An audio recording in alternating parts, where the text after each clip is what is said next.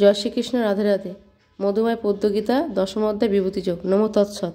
অর্জুনের সন্দেহনাশের জন্য শ্রীকৃষ্ণ তাহার বিভূতি সম্বন্ধে অর্জুনকে প্রকাশ করিয়া বলিলেন যে সাধারণ ব্যক্তির মতো তাহার এই নরদেহ দেখিয়া অর্জুন যেন তাহাকে মানুষ বলিয়া ভুল না করেন।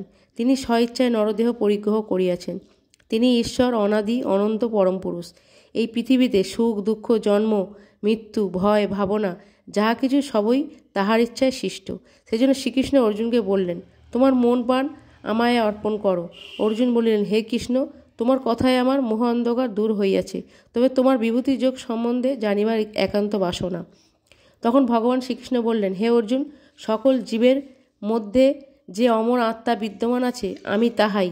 আমাকে বেষ্টন করিয়া জীব জন্ম লয়, জীবিত থাকে, পুনরায় মৃত্যুবরণ করে, কিন্তু আমি অবিনশ্বর। আদিত্যের মধ্যে আমিই বিষ্ণু, জ্যোতিষ্ক মণ্ডলীর মধ্যে আমিই সূর্য, নক্ষত্র মণ্ডলীর মধ্যে আমিই চন্দ্র, এবং বেদের মধ্যে আমিই সামবেদ, দেবগণের মধ্যে আমি ইন্দ্র, ইন্দ্রিয়ের মধ্যে মন, এবং যাবতীয় প্রাণীর মধ্যে চেতনা।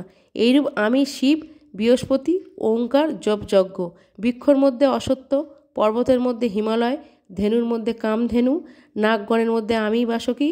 আমি কাম শক্তির আধার এবং সকল শক্তির সহায়ক।